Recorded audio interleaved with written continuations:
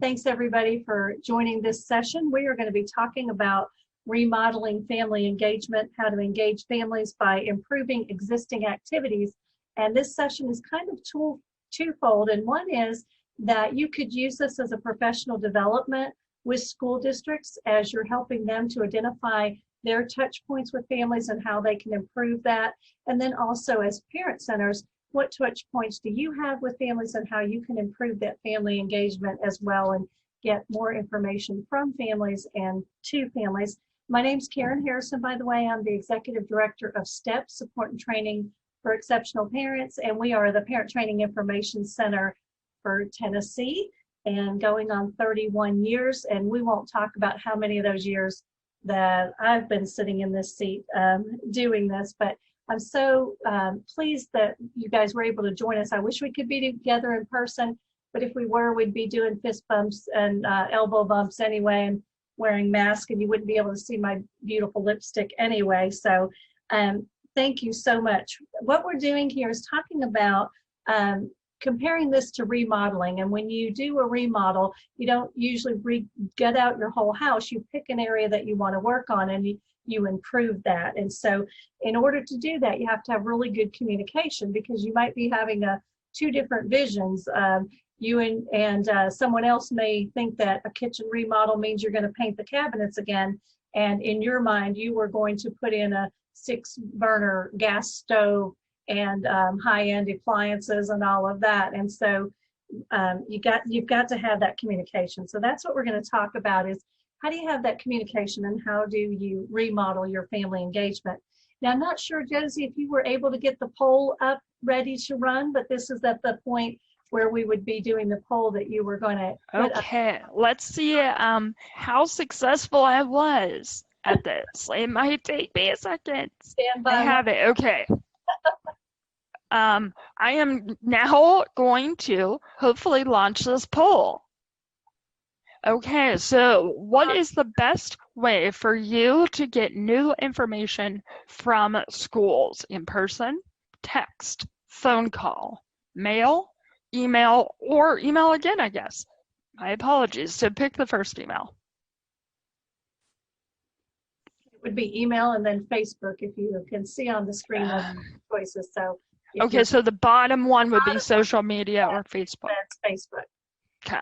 So as you're logging in and doing those, I can't see those results, but this is something that we often post this outside of a workshop or outside an event that the school's having if they want to get more information from families, and we'll give them a dot and tell them to put a dot next to the best way that they can get information from schools.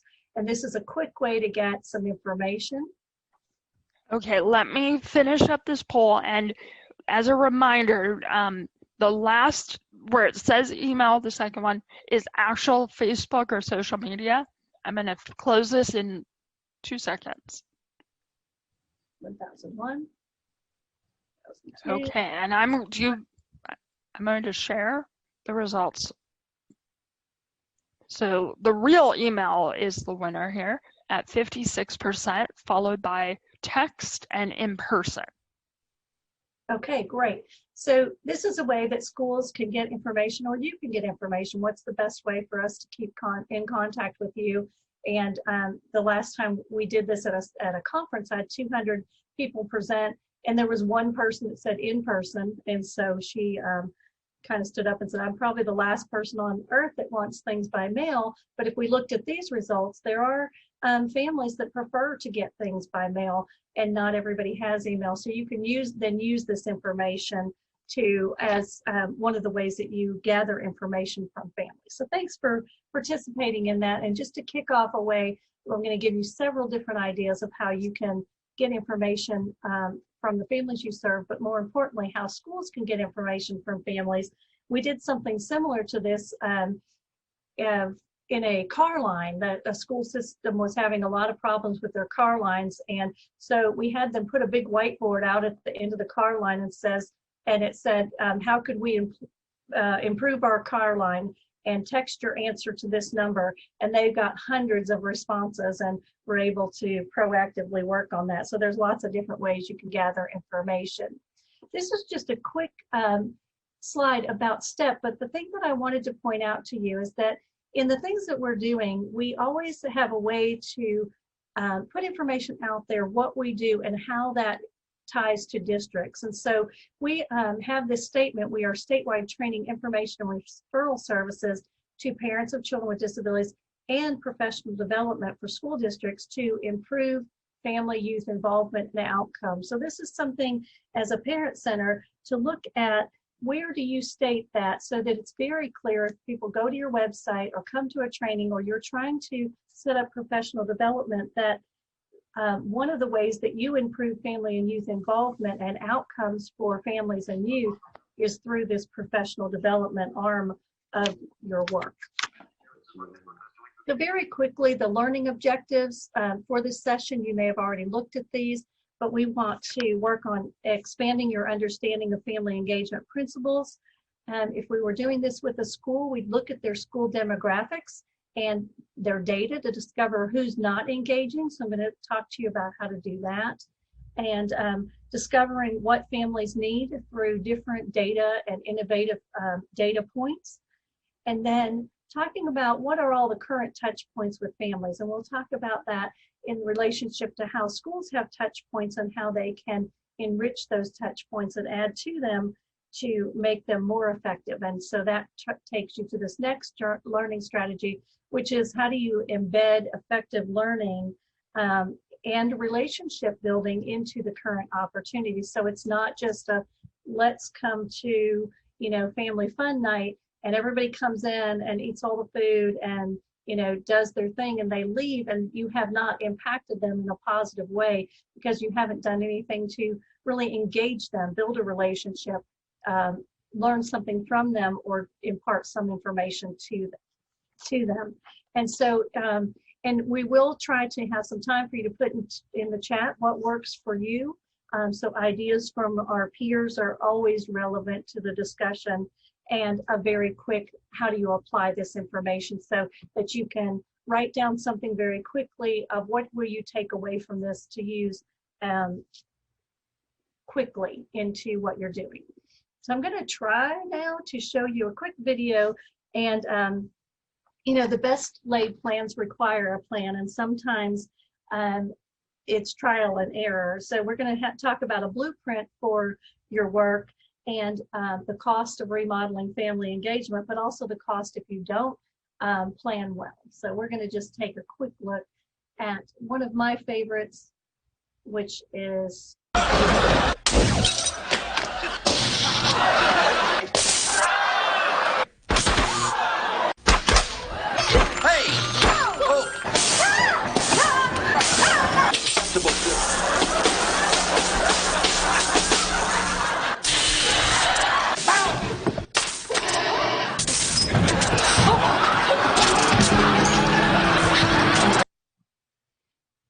so hopefully we won't be catching anything on fire during this session, right?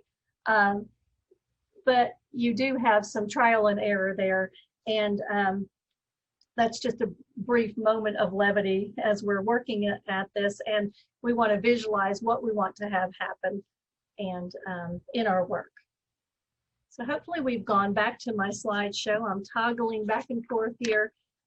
These are some of the principles of family engagement and effective family engagement. And we're not going to spend a whole lot of time here because I really want to get to the strategies pieces, but I do want to give you some resources here on how to place families at the center of any approach that schools or parent centers are using that will lead to student success.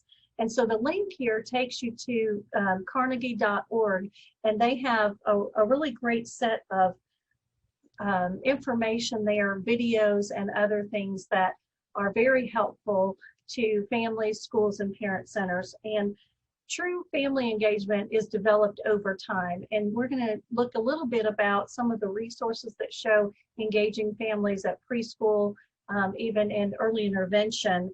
It sets the pattern for this back and forth communication that you want to have, and an expectation from families early on that this is what is the norm. And so schools are a lot of push now on early intervention and pre-K and those kind of things of involving families early. So what we want to do is establish that true family engagement, of course, is beyond sending things home or doing a brief survey once a year, putting something in a backpack, but we really want to have that reciprocal relationship. And so we're going to talk to you and show you some tools that will help with that two-way communication, which is a big focus. One of the things, if you're doing a home remodel, is you know that sometimes you have to make adjustments along the way. And so one of the things that we're going to talk about is ongoing feedback from families, not just a one-time-a-year survey, but these touch points where you can get information and use that. One of the things I will say is that we always encourage families to, you know, don't build the program first and then roll it out and ask for family feedback. Asking for something at the end does not feel as welcoming as if you ask at the beginning. And so really talking to your families and the families in different school districts about what they want, what they need, how they would like to see something happen before you implement something, and then you have to backpedal from there to try to fix it. So how many of you are probably familiar with school districts rolling something out? We're going to do the big reveal, and they didn't ask for input along the way, and then they're super surprised why they get the kind of feedback that they get. And so we work a lot with families, with schools on getting that rollout ahead of time. So that's one thing you could offer as a parent center too to school districts, is to say, if you'll show us your messaging ahead of time, we'll be happy to give you some feedback on that and get some parent input as well. And so we did that recently with one of our districts that was going to roll out their continuous learning improvement plan. And they did that without asking anybody and got a lot of flack. So we reached out to them and said, you know, let us help you with that. And after that, a school system recently was planning to roll out their plan on inclusive practices, and they brought it to us first and asked us to help them with that. So that's going to be something that you can offer up as a parent center. So how many of you, just by a quick yes in the chat box, how many of you love to pore over home improvement magazines and watch home improvement shows, DIY, all that kind of stuff? Do we have any people that are addicted to that like I am? You like to watch those kind of things? If you want to type in that, there's a few yeses coming in. All right, so there's my tribe. If we were together, we would, you know, have a woohoo together about that. In that same way, you want to visualize what you want to have happen. So there are lots of really good models out there. This one that Carnegie I'm talking about is a good model, but you can also look, there's lots of models that have been out there for many, many years. Some of the family surveys that I shared in the handouts are from other states and other parent centers that have really good parent surveys out there to help gather some information. They have family-friendly school walkthroughs that you can do, and we implemented some of those with some districts last year in a pilot project. And when we did the family-friendly walkthrough, we sent some families from that spoke languages other than English. We sent a family parent who was blind. We just mixed it up, and so just had them walk through the school and have a packet given to them to see if they have considered all the needs of families. So one of the things that we're going to look at next is what are the differences in engaging families at different ages. So just a quick pop-up question in the chat box. What is something that, what are the main differences in engaging, let's say, families of preschool children versus families of middle or high school students? What do you see are those main differences? So I'll give you just a minute to type in, okay, where their concerns lie. There's very different concerns of the families. Okay, how the families are going to view things, but maybe also Clarissa, it might also be how the student's going to view it. High school students may not be as prone to engage. Their needs are going to be different. The information, yes. So how to get them to engage, right, is very, very different. You might invite parents of younger kids to an event and a party of some sort, and they're going to be more likely to engage in that. Let's see. So we have in preschool, we know that very little and are focusing on early learning and milestones versus junior and high school, where we're planning grades and graduation pathways. So you can see it's very, very different. But if schools haven't taken a moment to think about, maybe that principal is a principal of a K-12 school, and they're trying to use one method or a few methods that are not differentiated in any way to reach everybody. And they're wondering why one population or the other is not responding. And so this is a great activity to discuss with schools. What approaches are they using, and have they diagrammed out how those are different? So thank you guys for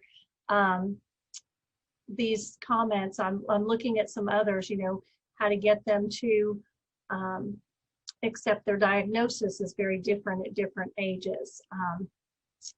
And talking about involving the students at different ages. So those are all very important pieces.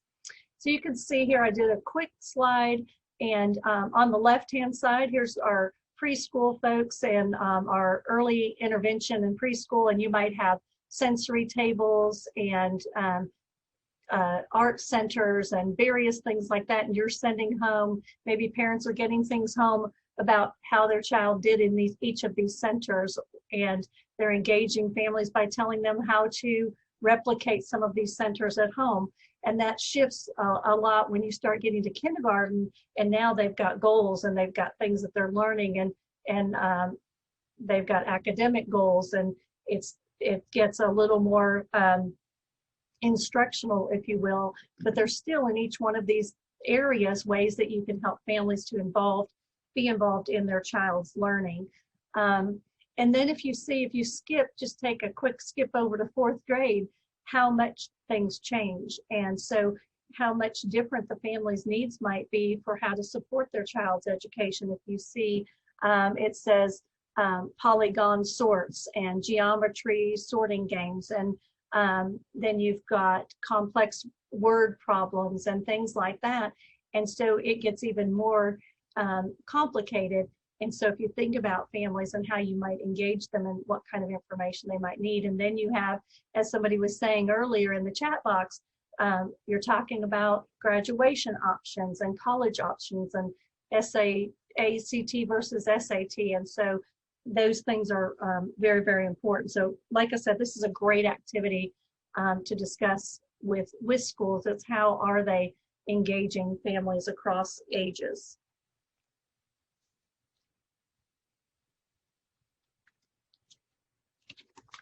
So I just wanted to point out these family engagement principles.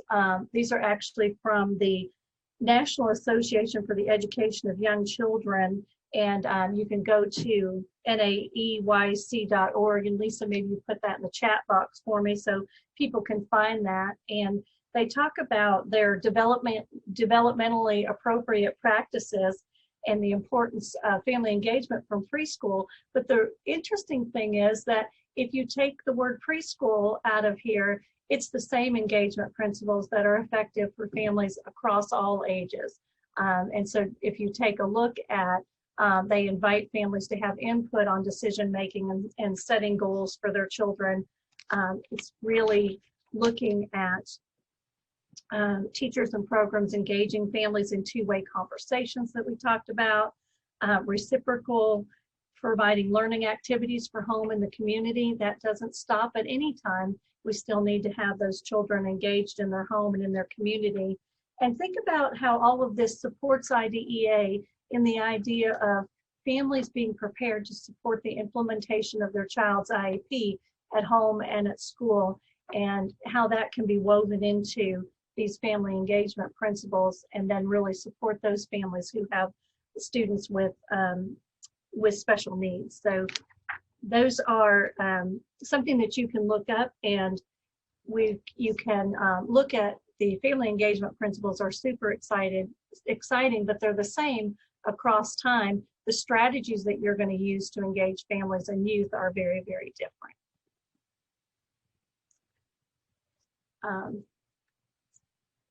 Okay, so one of the things I want you to just kind of take a piece of paper really quickly, or unless you printed out the handouts from early on. One of the handouts that I showed you, and this is an activity that we do,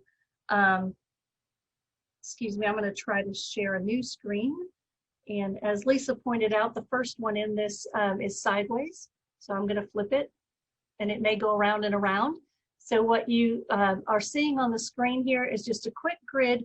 We do this at the in-services with teachers and have them list the type of families and parents that are represented in your school. You guys as parent centers can quickly make a list while you're sitting there and drawing doodles and hearts and stars. Make a list of what are the types of parents and families represented in your parent center or in your school district, if you want to look at it from that standpoint, or the parent you're served by your parent centers.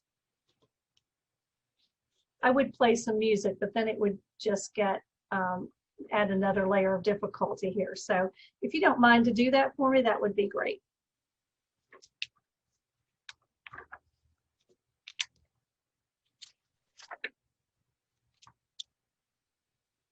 All right, if you don't feel like writing, you can put them in the chat box. Just a couple of seconds here.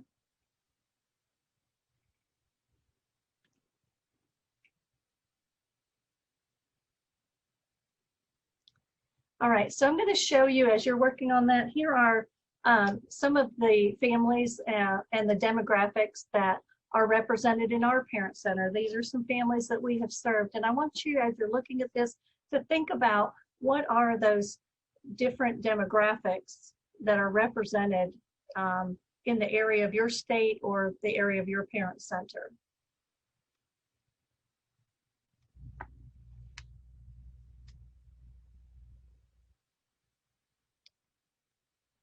So some of the categories of types of parents that you might have captured, and if we were it together, we would have this dialogue.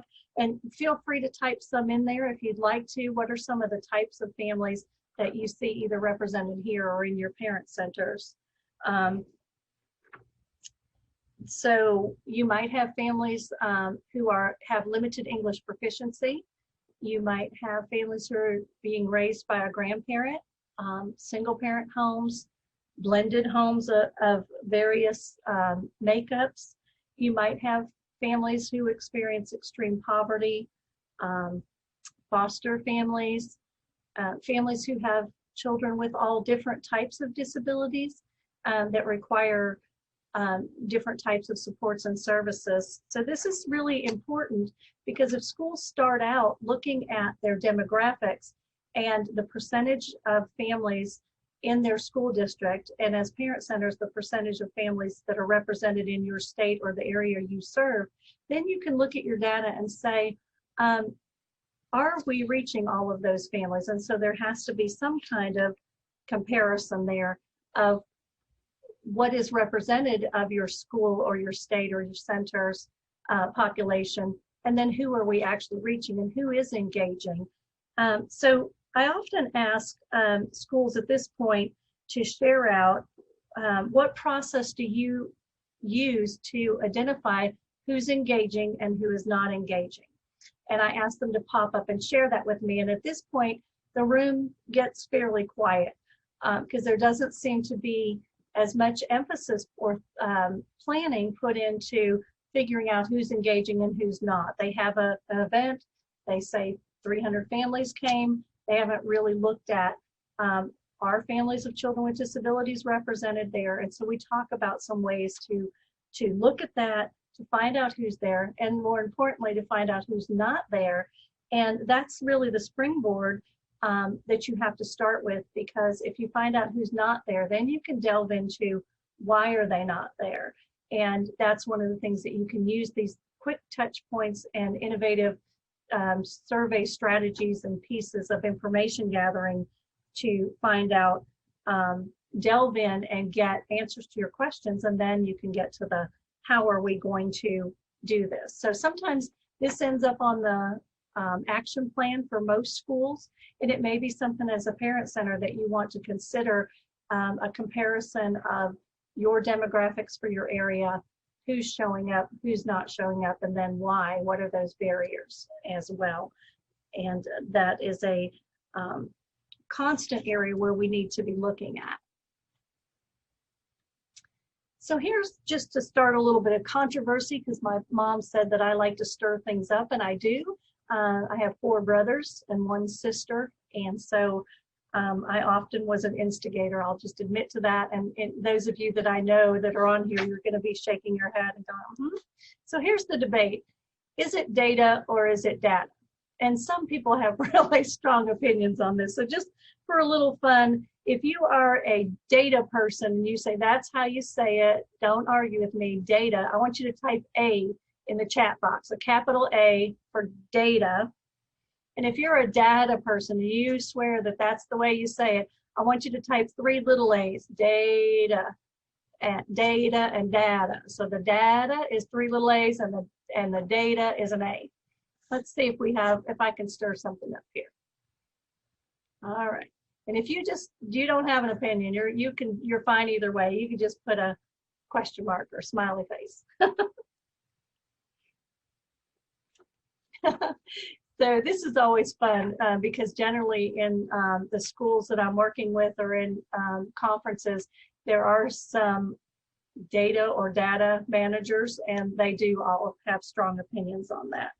So what I want to do is talk to you about some tools to gather some data or some data, however you want to say that, from families, and to find out how schools can help them, and also you can use these on how you can help families as well. So the my mind went. The link that you see down here is to a family school relationship survey, and I'm going to show that on the screen to you, but you can go and you can sign up to get this particular survey. And the good thing about this survey, it shows several different categories. So there's school climate. I'm going to scroll through these a little bit, not too fast, so people don't have seizures. Learning behaviors, family efficacy, how confident are parents in regard to their parenting skills, family support, there's family engagement, there's several different ones.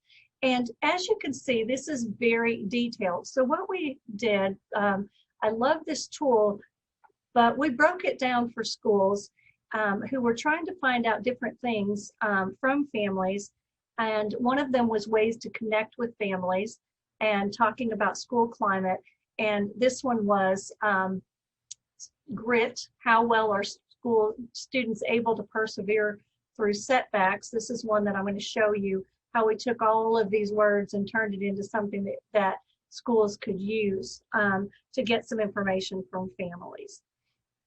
So I generally will post this, excuse me, that one.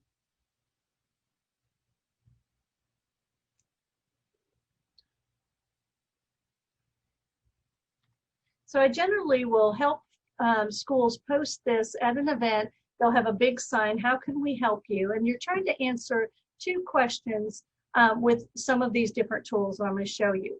First of all is, what do schools want families to know?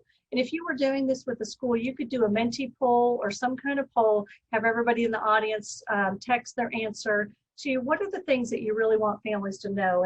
And I'll get a variety of answers from, I want them to know about RTI, to I want them to know about our online tools, to I really wish they understood about truancy and attendance.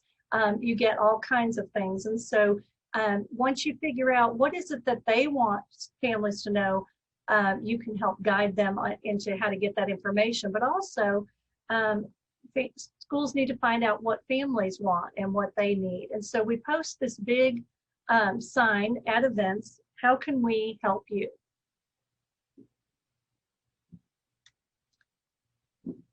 And then on poster board, newsprint, lined up across an entire gymnasium wall or cafeteria wall or wherever they happen to be, we'll have these choices. What would help you the most? And so what I'd like you to do is, I'm reading through these, I'd like you to think about what do you notice in particular about these questions? What jumps out to you about these questions? So what would help you the most? Ways to connect with other families, tools to help my child with homework, ways to help my child deal with their emotions, and ways to share with the teacher what my child needs. So if you don't mind, put in the chat box if anybody has what jumps out at you about these particular questions.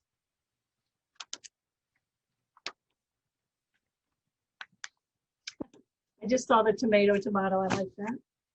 Anything in particular?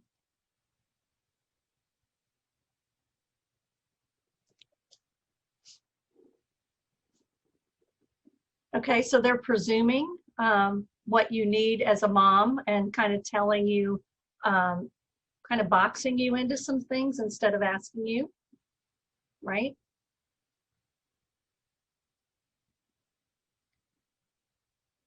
Okay, so they're a little bit limiting, right?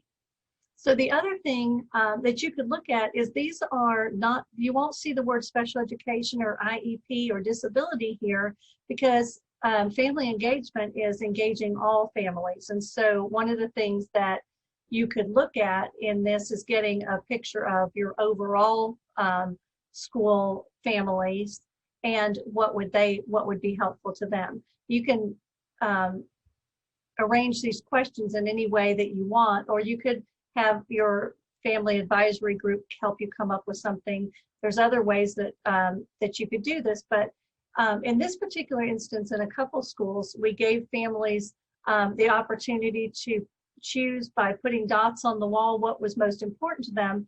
And as a result, they found out that in one school, that the majority of the families said that their children were struggling with their emotions and how to deal with their emotions. And so one of the things we talk to schools about is to follow up with that. And so they followed up and said, during a recent event, the family feedback was that this is what you needed, and here's some things that we're going to provide you as tools and resources. So that's just one way to look at gathering information from families. So this could be put up during a time when it's a come and have lunch with your child, or any other event that you might be having.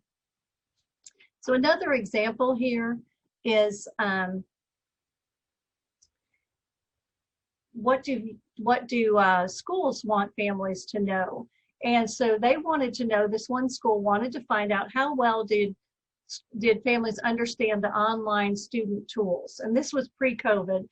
So this particular school district got a head start on knowing what families understood about their online student tools. And they happen to have Achieve 3000, Google Classroom, and Imagine Learning, where there are 3 online student tools. And so they've used this in a variety of settings to get families, information from families. This particular rating scale is from Nikki Sebastian, and it's a quick, you could also use this as a quick check-in at your workshops, even in your virtual workshops, for families to put in, if you put in your learning objectives, or youth, if you talked about understanding how to speak up for yourself, different things across the top, and then they can just very quickly interact with you. I got it, I mostly get it, I sort of get it, or I don't get it, and that gives you an idea how much more you need to interact and present that and roll that out. And so the school that used this recently before COVID found out there was a really good understanding of one of these in particular, and very little understanding of the other 2. And they were able then to roll out some things to try to help that. Another way to use this, to do this, is make it a little more simple. So you can ask families to rate, I've never heard of it, I've heard of it, I've seen it, or I've tried it. And so one school district that did this one, they put their choices at the top. And it was really interesting to see how many families their students had showed them how to use this. And that was really interesting. And some had heard of it but never tried it. So what we did with them was when they had parent-teacher conferences, they actually set up in the hallway these different online student tools and had students showing their parents how they worked while they were waiting to see the teacher. It used to be kind of everybody's bored and, you know, running a little wild. And so they put up some learning activities, and we're going to talk about that a little bit more. So where can we access this chart? This is included in the PowerPoint that I put in a PDF format, or you can email me if you'd like to have it in a separate document. But they're really fun to make, and you can move them in any way that you want, which is kind of what I was showing you, is that they can be used for multiple purposes. Let's see, I'm sorry, that went a little bit too far. All right, so one school system was asked about, they wanted to know what they couldn't get families to fill out the free and reduced lunch form. And so they were asking them, what is their understanding of that? And they were able to then give them a real family-friendly little card that really explained it, 1, 2, 3. Here's what this is all about. This is why we're asking you to sign that, because they weren't giving very good information to families. Okay, so one of the things that we talked about that our learning objective was going to be, what are your current touch points with families? And this can be done as a parent center. What are all the things you currently do with families and for families? But if you're looking at this as far as rolling this out to a school, in researching this topic, there are thousands of ways to engage families, and lots of things that schools are doing and that parent centers are doing. But you could, this is not about, when I talk to schools, it's not about giving you ideas of doing something else. It's taking what you already do, understanding the purpose, and then making it multi-purpose. And so that's what we're going to look at now, is this activity touch points grid. And this is in the handout that I provided, and had one filled out from a school where they started capturing some of their touch points. I don't know why it keeps skipping multiple things, but we'll get to that. One of the things that we have families do, schools do, is on the arrow by their touch point, they type in, if they're using the electronic version, or they write in the purpose of that touch point. So here's some examples of what have come out of the work that we've done with schools, and they identify their touch points. So you see Donuts with Dad, a book fair, STEM night, open house, parent-teacher conferences. There's tons and tons of touch points that they have with families. And we often tell them to take this back to their schools and work on it, and they'll realize they have way more than they think they do. So they want to maximize those opportunities and help them serve a double purpose.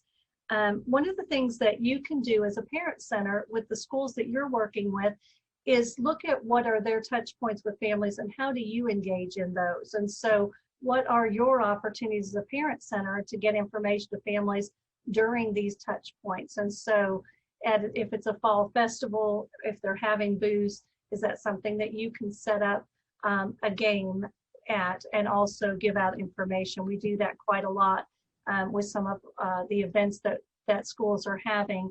And what are your opportunities within these touch points? And then you can also talk with families about, if it's a fun night, also adding an educational purpose. So for the Winter Carnival in a couple districts this last year, we were able to ask them to do a quick 15-minute session that families could come in and learn the power of their personal story. They could rotate into a session on special education rights and how to help your student be successful. They were in the session 15 minutes. They got to reach into a jar and grab a ticket for the concession stand, which gave them a free popcorn or free Coke or something like that. And we had really, really good results as families rotated, and we just stayed there and kept doing the sessions over and over in a couple different rooms. Families could drop in. So that's another way. What's trending now is experiential learning, and I touched on that just a little bit, but having the student be the teacher and showing the families what they're doing. So that's something that in a lot of these opportunities, schools can add on a learning opportunity where the student becomes the teacher and showing them what they're learning, how they're learning it, and those types of things. All right. So some of the ways that you will identify what is the purpose of the touch point, and I've captured some here for you. So if you're doing this activity with the school, we printed these on stickers so that they could very quickly do they could write in their purpose, and then they could add an additional purpose. So it might be parent-teacher communication, relationship building, information sharing, information gathering, volunteer opportunities, student recognition. I'm trying to read through these in case some of you don't have access to the screen. It could be a skill building opportunity, a parent-teacher communication, a collaboration, or a project, or to discuss student progress. So now I'm going to give you an example of how you pull this together. And so if you had the handouts and you printed them, there's a handout that shows a square and then a rectangle with a plus, like you see on the screen, and another rectangle. And I'm going to pull that up very quickly to show you, if I can, in the handouts. They're going to be sideways now. That's this one.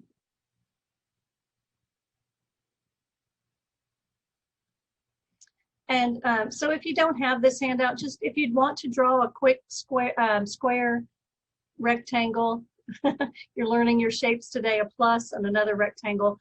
We're going to do a little activity here. I'm going to show you some examples and then help you think through either some things you do in your parent center that you could add a purpose to, or to a school that you could suggest as you're doing this with them as an in-service activity.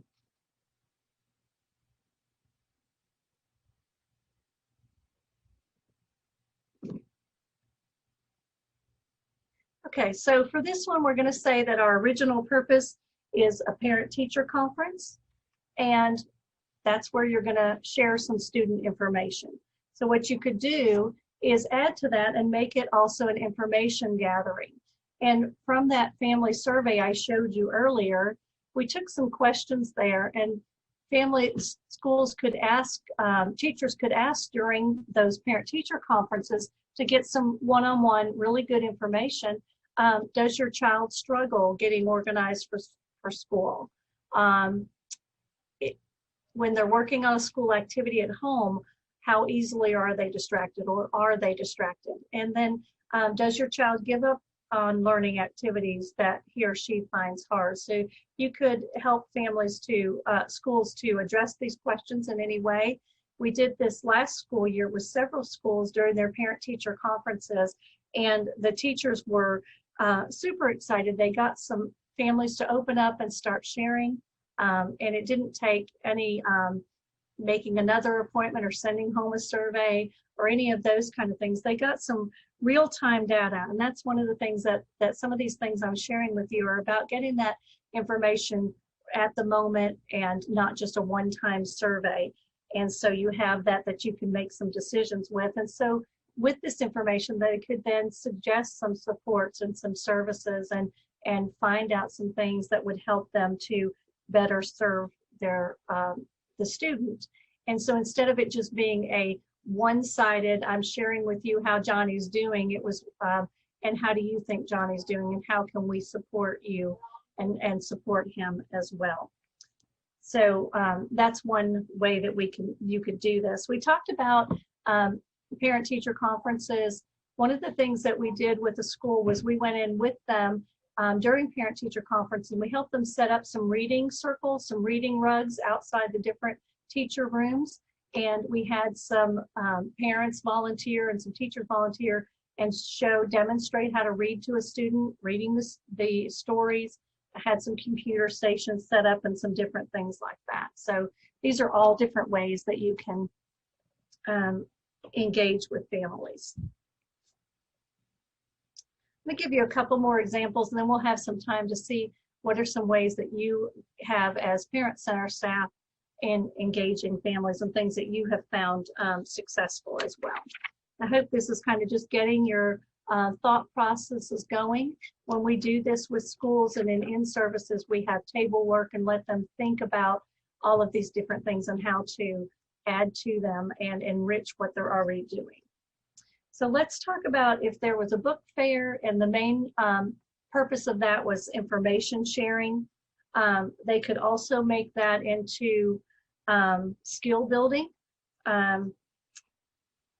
by, again, having some computers set up where they're sharing some information, showing parents how to get on the computer and look at their child's grades.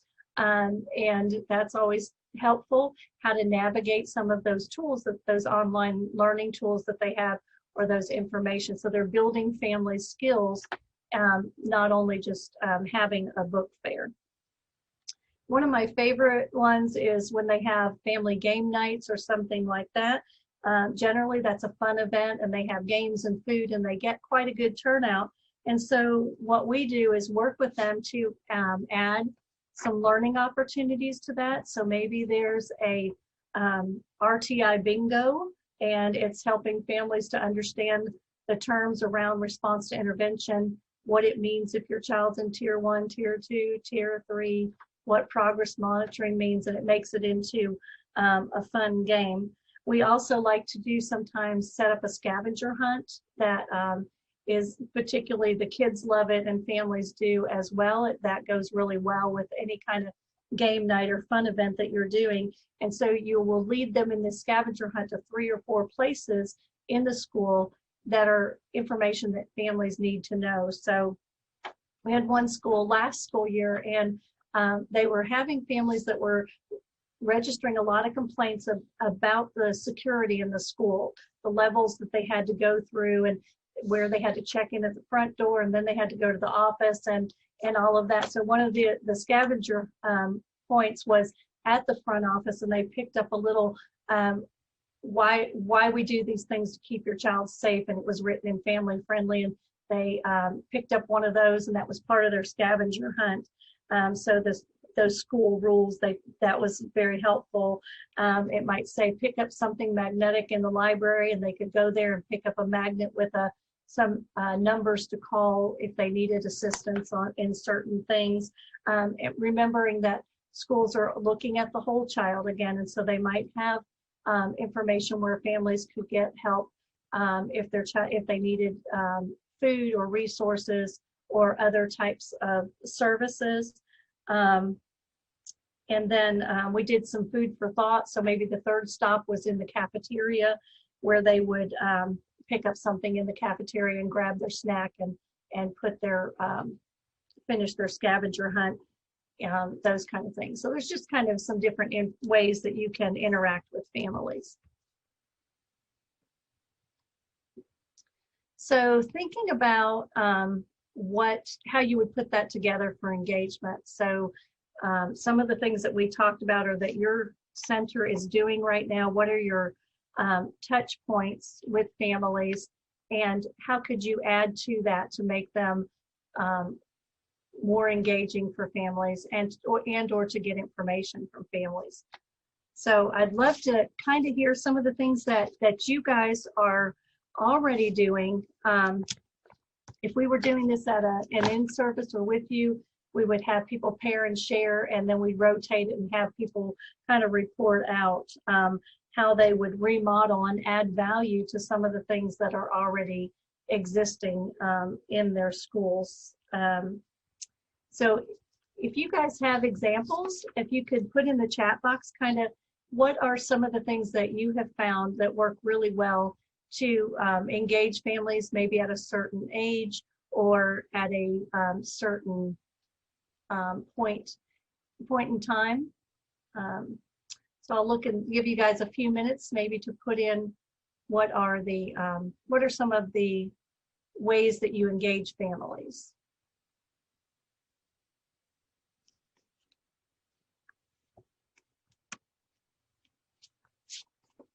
Give people a chance. You may be typing some things there, I hope.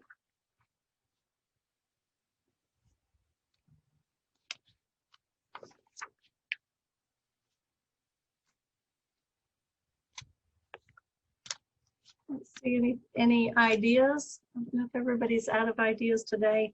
I'm sure I didn't hit on all of them tonight. Here we go. So thank you, Lisa from South Dakota, sharing. We make a training video on the basics of reading, the Big Five. So that would be awesome. I hadn't thought about during some of these events, having some screens set up with some videos on the things that you want them to know about reading. Yeah, you definitely, Lisa said, would you want people to unmute? Josie, if that's okay with you, people could unmute and share some of their strategies instead of typing. Absolutely. Yeah. That would be so awesome. So and I think you can also click, if somebody does not feel comfortable just jumping in, I think you can also use the reactions button at the bottom and do either, I know it says clap or thumbs up, but you could also do those as well to indicate that you want to speak.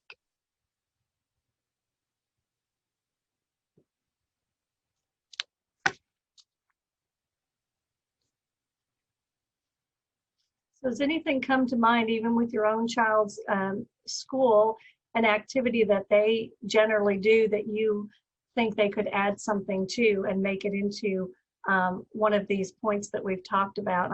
I'll go back to that slide to kind of give us an idea of some of the ways that we would remodel. I have to skip through this. Whoops, there we go.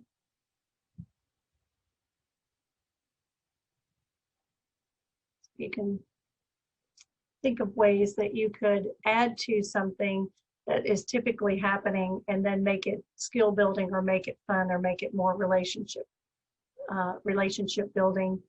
I think that's one of the things that may be pretty scant sometimes, is people come in and they don't have an opportunity to build those relationships. So Kara suggests a Zoom meeting could also be an opportunity to have parents volunteer to teach something or read a story. That's fantastic.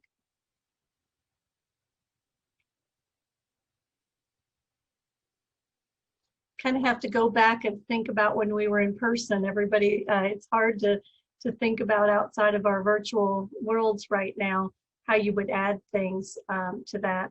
Or does anyone have an idea of another data gathering checkpoint or a suggestion or idea of ways that you have seen schools or you've gathered information from families in some innovative ways?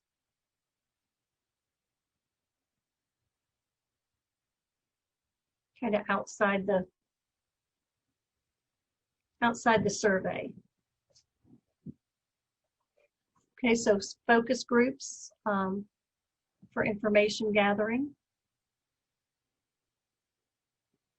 And those are very helpful because then you can have different ages of families. You could go into different communities and have those at community centers or other places where it would make it very easy for families to come.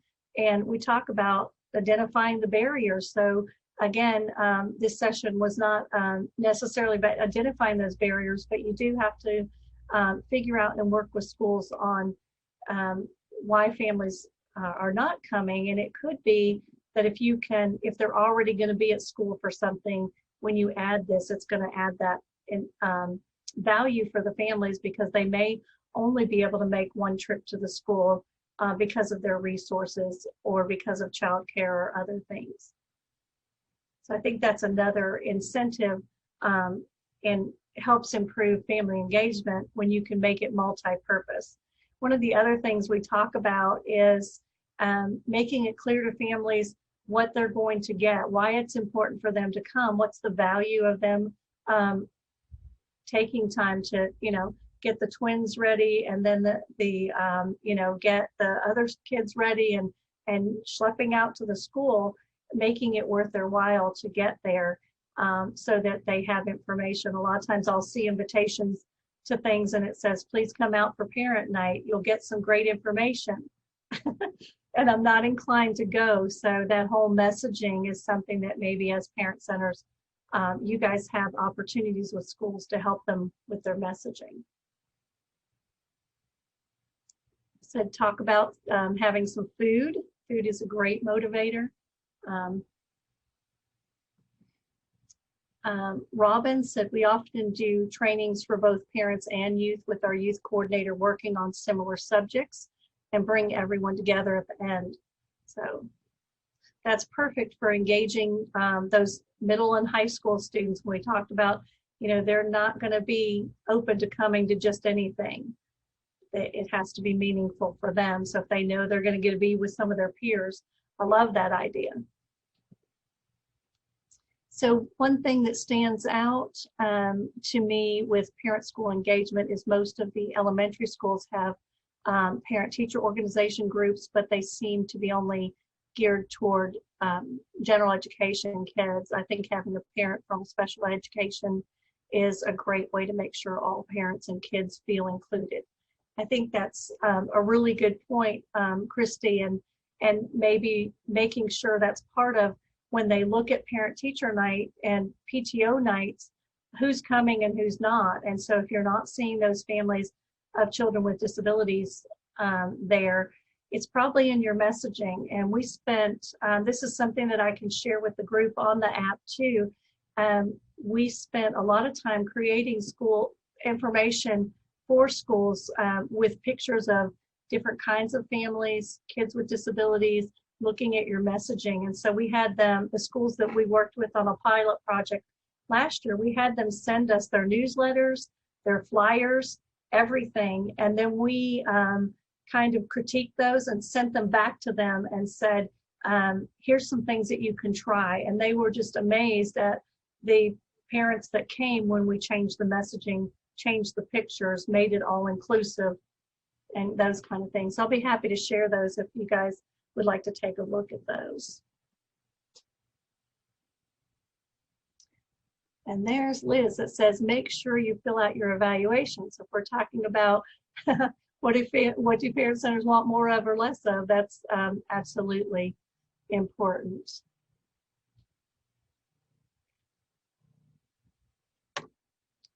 Okay, so a couple of things that I did want to point out. If you want to look more about the whole child approach, it's something that I skipped over a little bit that was in the best practices from the National Association for the Education of Young Children. But there's 5 points there that I think would make a great handout as well. Creating consistency across programs and kind of that gap that maybe from preschool to kindergarten, or those gaps between elementary school and middle school. How do you transition those parents and keep them interested? And also, we talked with a lot of schools this past year about the families were very engaged at certain schools, and then when they moved to a different level, that other school didn't have that same kind of thing set up. But if you're looking at the whole child, promoting shared responsibility for the child, creating those relationships, we talked about that. And then looking at the social, emotional health and well-being, that entire family, they may have needs. And that's one of the things that you look at when you walk through, do that family-friendly walkthrough. And since we do have just a couple more minutes, I forgot that I was going to show you some exemplary models. And this is the other handout that I attached for you. And I'm going to try to scroll back to these real quick. to the beginning, so close your eyes. So we went through many states and looked at their checklist for welcoming schools. This is one from the Kentucky Department of Education that was adapted, and you can use any of these to help you as you're working with schools to help them look at what their school climate is. Is it welcoming? Excuse me, and what are some things that they can work on? We won't have time to go into all of these, but I love some of the themes of this, like developing families' self-confidence and their power. That's the session that we did on the power of your personal story and how you can use that to influence change in your school. If you're concerned about bullying, if you're concerned about inclusion, what is it that you can use your story to influence? And that's something else I'll be happy to share with you, that PowerPoint, if folks are interested in the revised version of the power of your personal story. This is another family engagement quality indicators checklist. And this one comes from our very own North Carolina Exceptional Children's Assistance Center that they did with their Department of Public Schools. This one is really good and very concise. We like this one a lot, and it's very quick for schools to see. We have that in place. It's partly in place, or no, that's not. We don't see that at all happening. So they can very quickly look at that. This is another example of the a family-friendly walkthrough. I'm going to scroll through it really quickly for you, but it's broken down into similar areas: homeschool communication, policies, practices, those types of things. That's from the PERC Center. And then this one is from the Department of Education, and my eyes are going crazy. Does that say New York? No, Georgia. Georgia, sorry, Georgia. So here's the family-friendly walkthrough from the Georgia Department of Education. And this one really breaks it down into, if you're going to set up a team, have some and facilitate those discussions. So these would be some good things for those focus groups that we're talking about. I'm not sure, I think that might be the last one. Okay, so I'm just going to open it up. If you have questions, if you'll put them in the chat, if there's something you'd like to have more information about, I'm happy to try to address any questions.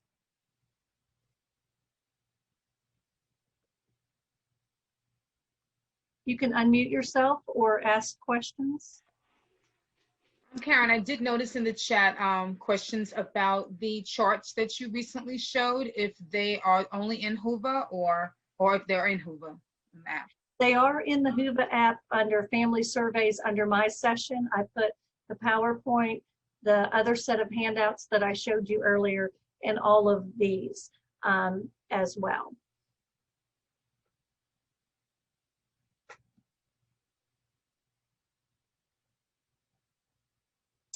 I'll pause and see if you have any other questions.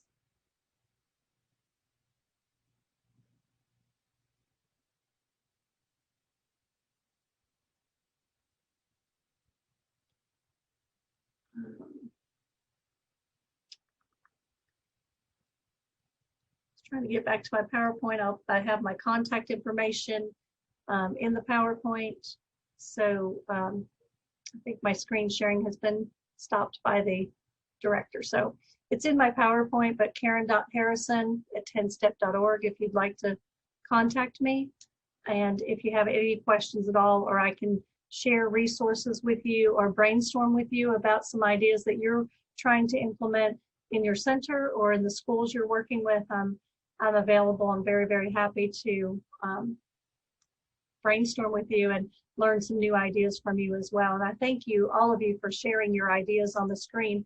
Lisa,